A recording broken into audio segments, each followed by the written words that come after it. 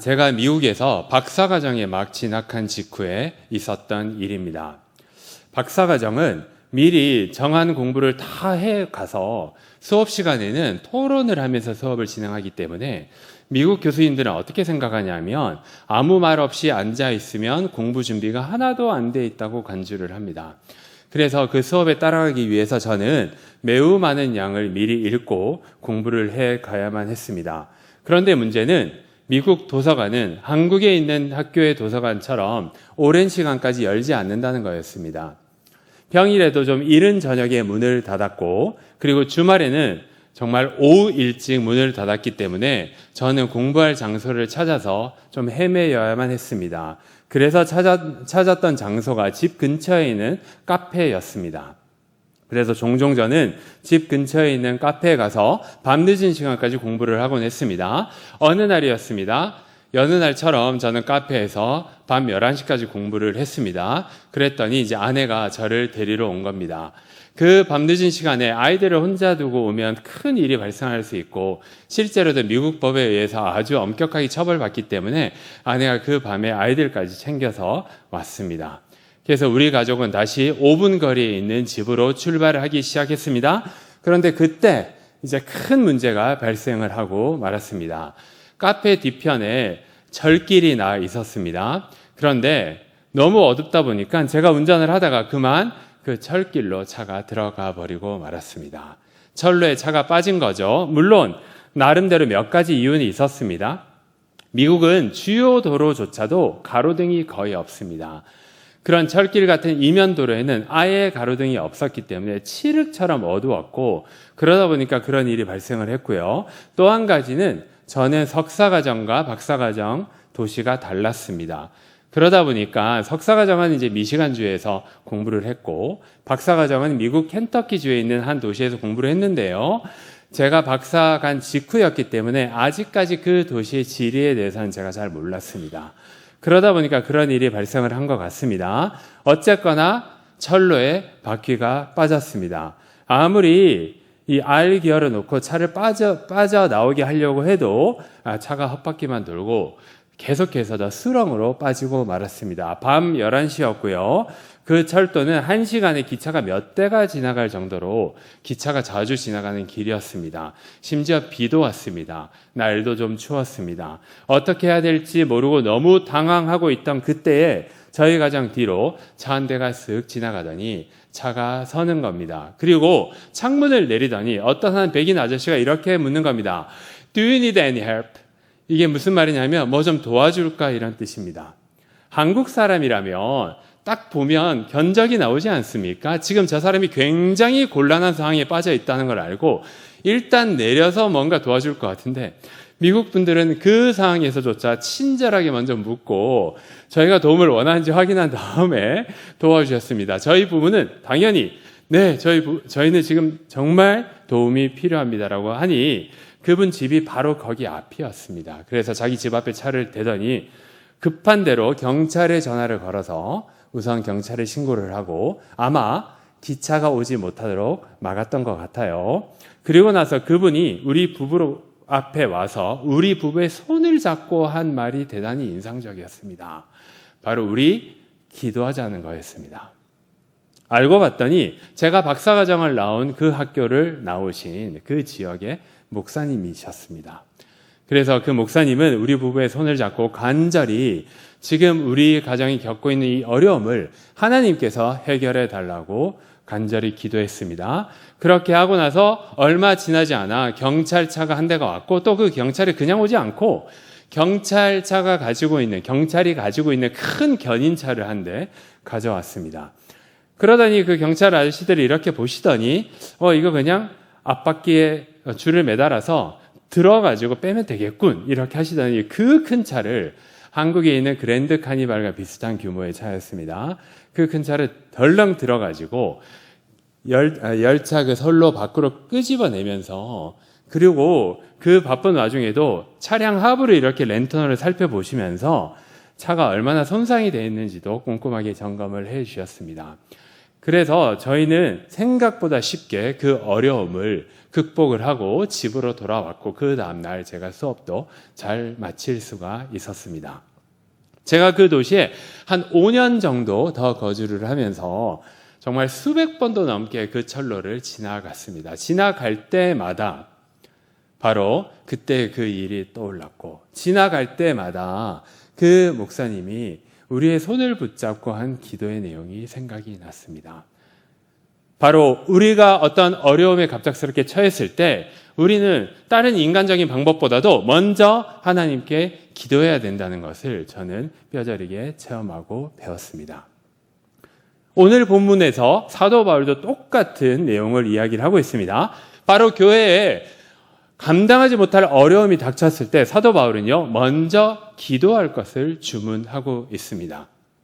자, 그렇다면 사도 바울은 누구에게 지금 이 내용을 쓰고 있고, 그리고 어느 교회에 이야기를 하고 있으며 그 교회에는 어떤 어려움이 닥쳐 있던 것일까요? 지금 오늘 본문인 디모데 전서는 사도 바울이 목회자 디모데에게 보내는 편지입니다. 사도 바울은 모두 13권의 책을 썼습니다. 그런데 그 13권 중에서 10권은 교회 전체, 교회와 교인들 전체에게 보내는 편지이고요.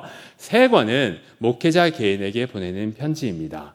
그래서 이 디모데전서는 그 목회자 개인에게 보낸 3권의 편지 중에 한 권이 되겠습니다. 시기적으로 보면 사도 바울은 모두 2번의 로마에서의 감옥 생활을 경험을 했습니다. 첫 번째 로마에서의 감옥 생활은 사도행전 28장에 잘 나와 있고요. 두 번째 감옥 생활은 디모데 후서에 잘 나와 있습니다. 디모데 후서에서 감옥 생활을 경험한 직후에 사도 바울은 로마 제국에 의해서 순교를 당했습니다. 그런데 첫 번째 수감 생활을 하고 나서 사도 바울은 풀려나게 되고, 그리고 나서 대략 2, 3년 정도 더 사역을 하다가 두 번째로 감옥에 갇히게 되는데요. 그 2, 3년 동안의 행적 중에 하나가 바로 이 에베소 교회라는 곳입니다. 사도 바울은 로마에서 풀려난 직후에 아마도 에베소로 가서 에베소 교회를 목회를 했고, 그리고 또 목회적 필요가 있어서 그리스 북부 지방에 있는 마게도냐로 이동을 하게 됐습니다.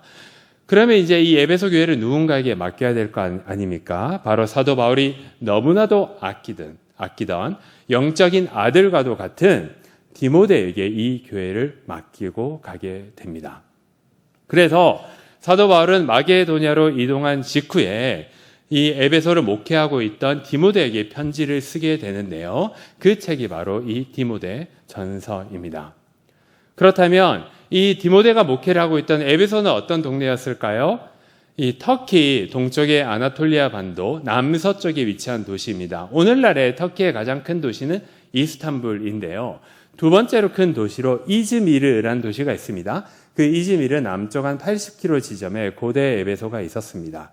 이 에베소는 동쪽으로 아주 큰 도로가 연결이 돼 있었고 남과 북으로도 큰 도로가 연결이 돼 있었습니다. 한마디로 육상교통의 요지였습니다. 서쪽으로는 바다를 끼고 있었고요. 밀레도라는 항구가 근처에 있었기 때문에 해상무역의 요지이기도 했습니다. 자연스럽게 에베소는요, 사람들이 몰려들었고 돈이 많은 도시가 되었습니다. 아마도 사도 바울이 개척했던 이 교회들 중에서 에베소 교회는 가장 큰 교회 중에 한 군데였을 겁니다. 워낙에 큰 도시이기도 했고, 그리고 사도 바울이 3차 선교 여행을 하면서 에베소 교회에 집중해서 사역을 했기 때문에 그랬을 것입니다. 그런데 교회도 크고 그리고 도시에 돈이 많으면 뭐가 많죠? 문제가 항상 많습니다. 이 에베소 교회도 여러 문제로 골머리를 썩고 있었습니다. 그 중에서 가장 큰 문제가 무엇이었냐 하면 바로 이단들이었습니다. 이 에베소 교회에는 이단들이 많이 설치고 다녔습니다. 디모데전서 1장 1절과 2절을 보시면 사도 바울이 우선 간단하게 편지를 시작하면서 디모데 개인에게 인사를 하게 됩니다. 그리고 나서 1장 3절부터 본론에 들어가게 되는데, 그 본론에서부터 바로 사도 바울은 이단들에 대해서 경계하는 명령을 디모데에게 내리게 됩니다. 우리 이 디모데전서 1장에 있는 내용 부분 같이 한번 읽어보겠습니다. 시작.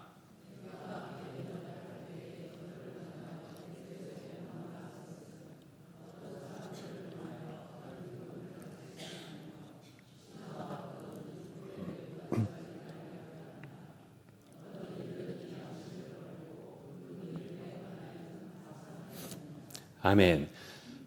사도 바울은 디모데에게 편지를 본격적으로 보내자마자 이 이단들에 대해서 이야기를 하는 겁니다. 우선 맨 위에 있는 3절 첫 번째 부분에 있는 나는 바울입니다. 그리고 너는 디모데죠. 그러니까 사도 바울이 감옥에서 풀려나서 에베소에서 목회를 하다가 마게도냐로 이동을 하게 될 때쯤에 디모데에게 에베소 교회를 맡겨놓고 떠났다는 내용을 이야기를 간단하게 한 다음에 본격적으로 이 이단들에 대해서 이야기를 합니다. 두 번째 줄을 보십시오. 사도 바울이 디모데에게 이 교회를 맡긴 목적이 나옵니다. 그 목적이 무엇입니까? 어떤 사람들에게 명령하여서 다른 교훈을 가르치지 못하도록 막으라는 겁니다. 이 어떤 사람들이 바로 이단들이고요. 이단들은 복음의 진리가 아니라 다른 교훈을 가르쳤던 거죠. 보통은 사도 바울은 그리스도의 복음을 전파하십시오. 아니면 바른 교훈을 가르치십시오. 이렇게 말을 많이 하는데요. 이처럼 다른 교훈을 가르치지 말라고 하는 것 자체가 이 에베소 교회에 얼마나 이단이 심각하게 설치고 다녔음을 우리가 미루어 짐작할 수가 있습니다.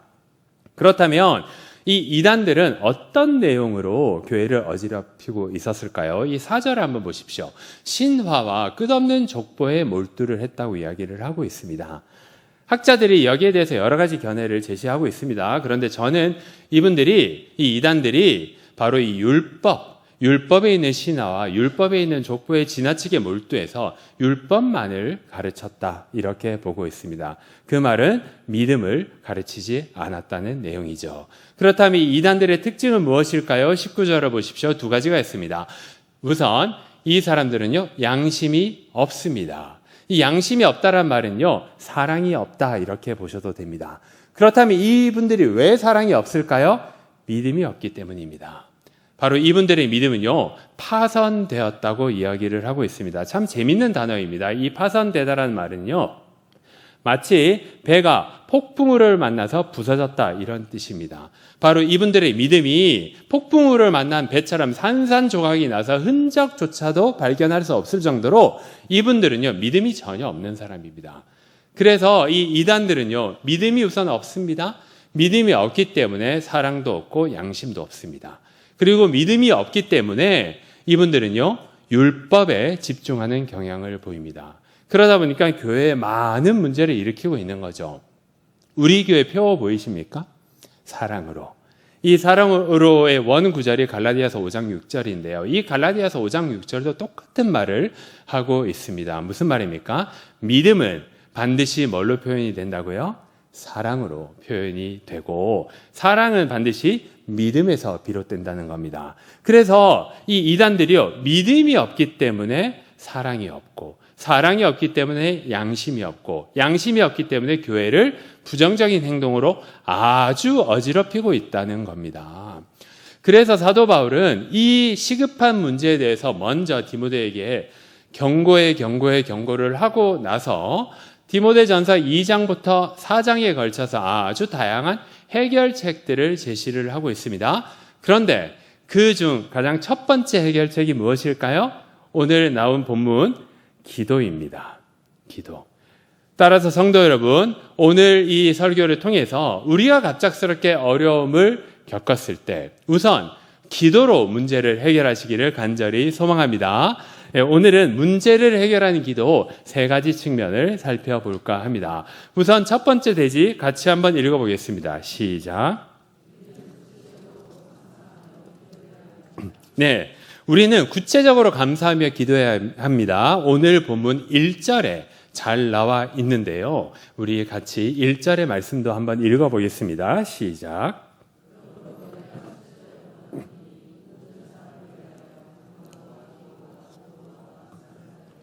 네, 여기에 네 가지 기도가 나오죠. 사도 바울은요, 우선 이 교회가 겪고 있는 어려움을 풀기 위한 첫 번째 열쇠로 기도를 제시를 하고 있고, 기도 중에서도 네 가지 기도의 목록을 언급을 하고 있습니다. 이 중에서 노란색이 없는 이 도고라는 거는요, 두 번째 대지에서 다루기로 하고, 우선 첫 번째 대지에서는 이 간구와 기도와 감사를 먼저 좀 설명을 드릴까 합니다. 간구는요, 개인의 필요에 의한 기도라고 생각을 하시면 됩니다. 개인이 자기 개인의 필요에 의해서 하나님께 올려드리는 아주 구체적이고 생생한 기도가 바로 간구의 기도입니다. 그렇다면 기도는요, 일반적인 기도를 모두 포함합니다. 그러니까 기도에는 간구도 포함이 되고 도구도 다 포함이 되는 거예요. 그러면 세 번째 기도는요, 감사입니다. 이 감사가 바로 간구와 기도와 함께 나오게 되면 이 감사는요, 기도 시에 하나님께 올려드리는 감사의 기도가 되는 겁니다. 그래서 간구와 기도와 감사는요, 그냥 하나의 기도입니다. 어떤 기도입니까? 우리 첫 번째 돼지처럼 구체적으로 하나님께 올려드리는, 감사와 함께 올려드리는 바로 기도가 이 간구와 감사와 그리고 기도가 되겠습니다. 자, 비단 이 본문에만 간구와 감사와 기도가 나오는 게 아닙니다. 우리 빌립보서 4장 6절에도 나오는데요. 같이 한번 읽어보겠습니다. 시작. 아무것도 염려하지 말고 다만 모든 일에 기도와 간구로 너희 구하는 것을 감사하라. 자, 이 말씀은요, 석주 전에 제가 금요 기도회에서 다룬 본문이기도 합니다. 이 구절에도 노란색을 한번 보십시오. 어떤 단어들이 나옵니까? 기도, 간구, 감사. 이 세 가지가 다 나오죠. 그러니까 이 세 가지는요, 항상 우리의 기도에 같이 나오는 겁니다. 기도가 곧 간구이고, 간구가 곧 감사이고, 그리고 감사가 없는 기도는 생각하기조차 어렵습니다. 왜 그렇습니까? 우리가 하나님께 기도를 드릴 수 있다는 것 자체는 우리가 예수 그리스도로부터 구원의 은혜를 받았다는 것을 전제하고 있는데, 우리가 아무것도 한 거 없이 받은 이 구원의 은혜가 너무 크기 때문에 우리가 하나님께 기도할 때는 반드시 감사를 드릴 수밖에 없다는 겁니다. 사랑하는 성도 여러분, 또 한 가지가 더 있습니다. 이 빌립보서 4장 6절에 보면 기도를 하나님께 아뢰라라고 이야기를 하고 있고요. 그리고 디모데전서 2장 1절에 보면 기도를 하라라고 이야기를 하고 있습니다. 두 단어는 다른 단어입니다. 그런데 이 두 단어의 문법적인 특징이 동일합니다. 무슨 뜻이냐면 이 두 단어 다 지속적이고 반복적으로 하라는 뜻이 숨겨져 있습니다. 그 말이 무슨 말입니까? 우리가 구체적으로 하나님께 감사함으로 기도를 드리는 것을 지속적이고 반복적으로 기도할 것을 사도 바울은 디모데에게 명령하고 있습니다. 왜냐고요? 이것이 바로 교회의 어려움을 풀 수 있는 첫 번째 열쇠가 되기 때문에 그렇습니다. 사랑하는 성도 여러분, 첫 번째 대지를 정리를 해보겠습니다. 자, 우리가 가지고 있는 어려움들 제가 대략 한 5가지로 정리를 해보겠습니다. 육체적인 아픔, 정신적인 아픔, 경제적인 고통, 관계적인 어려움, 갑작스러운 사고, 그 외에도 여러 가지 어려움들이 있을 겁니다. 이러한 어려움들이 우리 인생에 갑작스럽게 찾아올 때 우리는 어떻게 해야 합니까? 우리 먼저 우리의 개인의 필요를 하나님께 기도해야 합니다. 그런데 기도할 때 우리는 반드시 감사함으로 그리고 구체적으로 기도를 올려드려야 합니다. 그리고 가장 중요한 게 있습니다. 그 기도를 끊임없이 지속적이고 반복적으로 하십시오. 언제까지요?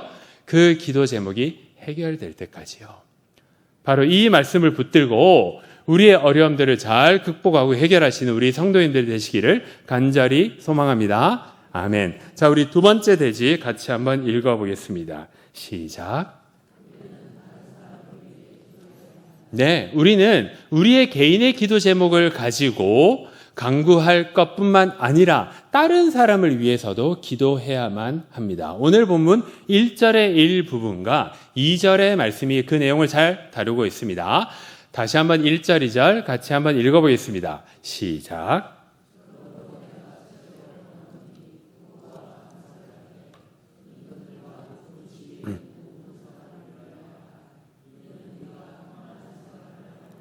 네, 자막을 조금 유지를 해주시면 감사하겠습니다.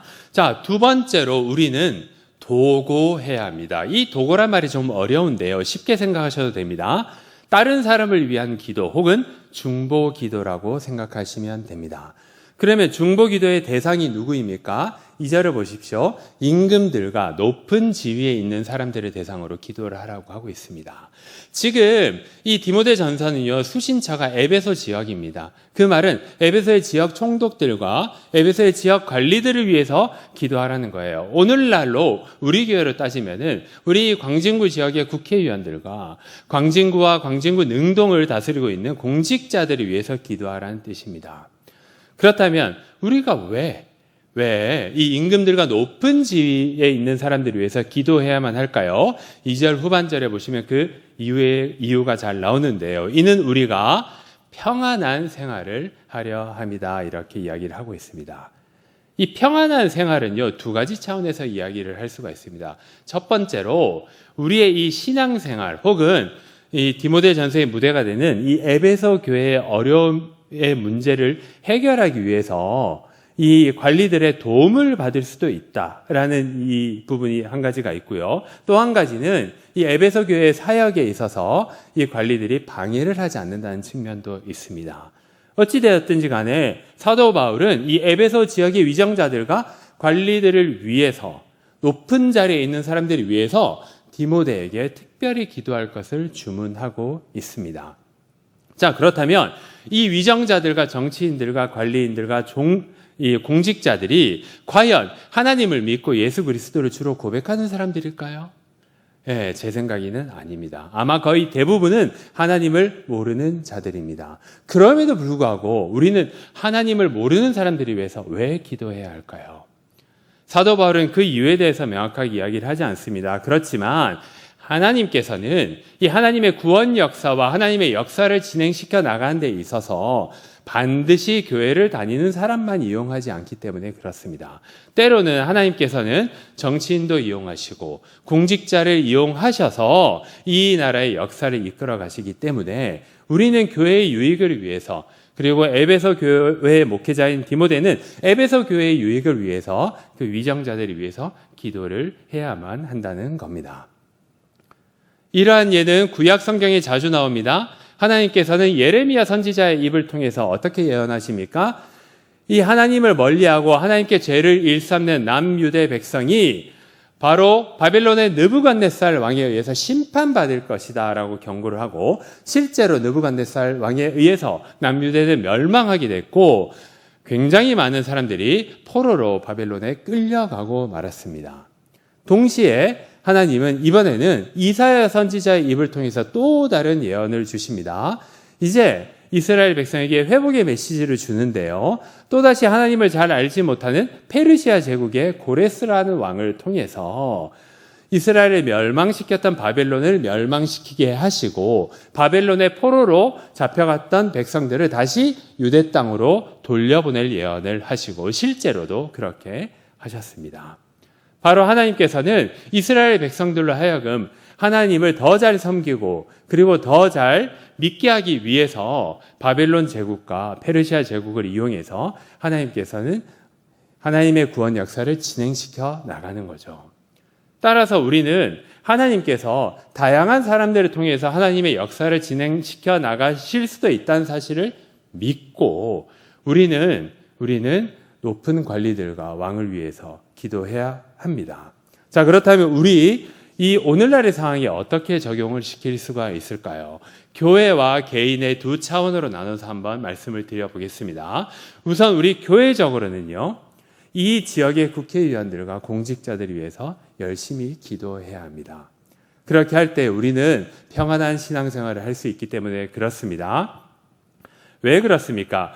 이 교회라는 모임은요, 교인들의 모임입니다. 교회라는 모임은 이 예배당의 건물을 이야기를 하는 것이 아니고 예수 그리스도를 주로 고백하는 교인들의 모임 그 자체가 바로 교회가 됩니다. 그런데요, 이 교인들이 하는 사역은 지역사회와 긴밀하게 연결이 되어 있습니다. 실제로도 우리는 광진구 등과 협력해서 주중에 많은 사역들을 우리 교회당에서 하고 있습니다. 그렇기 때문에 우리는 우리 교회 사역이 더 잘되게 하기 위해서, 그리고 우리 교회 사역이 더 잘 보호받게 하기 위해서라도 이 지역의 정치인들과 공직자들을 위해서 열심히 기도해야만 합니다. 그렇다면 우리 개인적으로는 어떻게 이 어려움을 중보기도에 연결시킬 수가 있을까요? 우리의 어려움과 관련된 모든 이해 당사자들을 위해서 한번 기도해 보시기 바랍니다. 만약에 여러분들 혹은 여러분들의 가족이 지금 많이 아프신 분이 있다면 그 아픈 분들을 치료하는 의사, 직원, 간호사, 선생님들을 위해서 간절하게 기도하시기 바랍니다. 그리고 여러분들이 어떤 관계의 어려움을 겪고 있다면 그 관계에 어려움을 주는 그 대상, 직장 상사라든지 아니면 친구라든지 아니면 가족 중에 좀 관계가 어려운 사람이 있다면 그 가족을 대상으로 그분의 영적인 유익을 위해서 간절하게 기도하시기를 바랍니다. 그렇게 할 때에 우리는 우리가 가지고 있는 이 여러 가지 어려움들을 풀 수 있는 열쇠를 얻게 되고, 그리고 보다 근본적으로 우리 하나님께서는 우리의 어려움의 문제를 직접적으로 해결해 주실 것입니다. 바로 이러한 중보 기도를 통해서 우리의 어려움 또한 해결해 나가시는 우리 성도님들 되시기를 간절히 소망합니다. 아멘. 자, 우리 마지막 세 번째 대지입니다. 같이 한번 읽어보겠습니다. 시작. 네, 마지막 세 번째 대지는요, 우리는 하나님 나라를 위해서 기도해야 된다는 겁니다. 자, 여태까지 우리 어려움을 풀기 위한 두 가지 기도 뭐였죠? 구체적으로 개인의 기도 제목을 감사함으로 하십시오. 그리고 다른 사람을 위해서 기도하십시오. 이 두 가지도 중요합니다. 그런데 보다 더 근본적으로는 이 모든 기도 제목은 하나님 나라와 반드시 연결되어야만 합니다. 이 말이 무슨 말이냐면 우리는요, 이 첫 번째, 두 번째 기도를 통해서 어려움만 해결을 하게 되면 우리는 하나님 나라에 전혀 기여하는 바가 없기 때문에 그렇습니다. 하나님은 우리가 어려움을 해결하고 동시에 더 나아가서 하나님 나라에 기여하고 하나님 나라의 확장이 되는 도구로 활용되기를 원하십니다. 만약에 우리가 이 두 가지 기도만을 통해서 어려움만을 해결하고 입을 싹 닦아버리게 된다면 우리는 그냥 우리가 잘 먹고 잘 살기 위해서 기도한 것으로 그치게 됩니다. 이는 하나님께서 전혀 기뻐하시는 기도가 아닙니다. 바로 이 마지막 세 번째 기도의 궁극적인 목적에 대해서 사도 바울은 오늘 본문 3절과 4절에서 잘 말을 해주고 있습니다. 이 구절 또한 우리 같이 한번 읽어보겠습니다. 시작.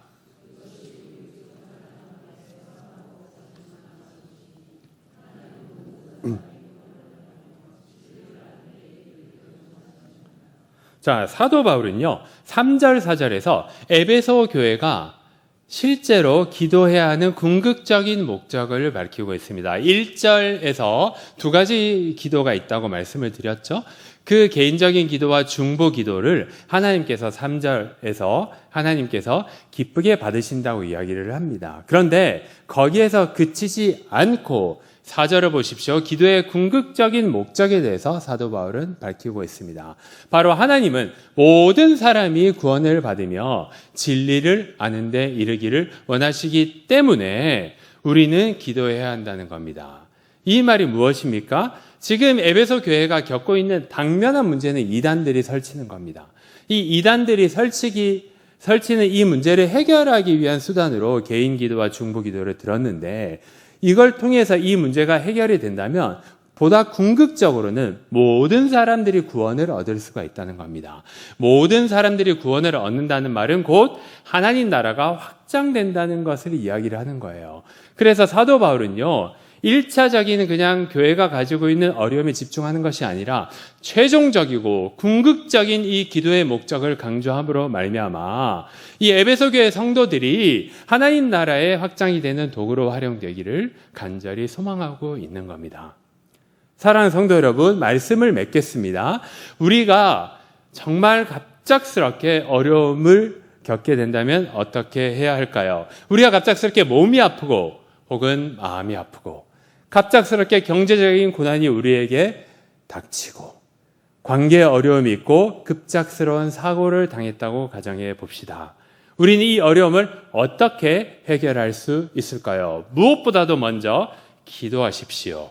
기도할 때 구체적으로 개인의 간구를 기도하시기 바랍니다. 그 간구의 기도를 드릴 때 특히 받았던 은혜를 감사하시기 바랍니다. 그리고 이 감사의 기도를 끊임없이 지속적으로 반복적으로 하시기 바랍니다. 동시에 우리는 중보 기도해야 합니다. 우리의 어려움과 관련된 모든 이해 당사자들을 놓고 우리는 뜨겁게 기도해야 합니다. 그럴 때 하나님께서는 이 문제를 해결해 주실 것입니다. 보다 궁극적인 중요한 점이 있습니다. 우리의 기도는요, 우리의 문제의 어려움을 해결하는데 그쳐서는 안 됩니다. 우리의 문제를 해결하고 나면 우리가 시간적인 여유가 있고 체력적인 여유가 있고 재정적인 여유가 생길 겁니다. 그렇다면 반드시 하나님 나라에 헌신하시기를 간절히 소망합니다. 하나님 나라를 위해서 기도하시기를 소망합니다. 그렇게 해서 여기에 있는 모든 성도님들이 우리가 가지고 있는 어려움들을 극복하고 더 나아가서 하나님 나라의 확장의 도구가 되기를 간절히 소망합니다. 그런 삶을 사시기를 간절히 기도드립니다.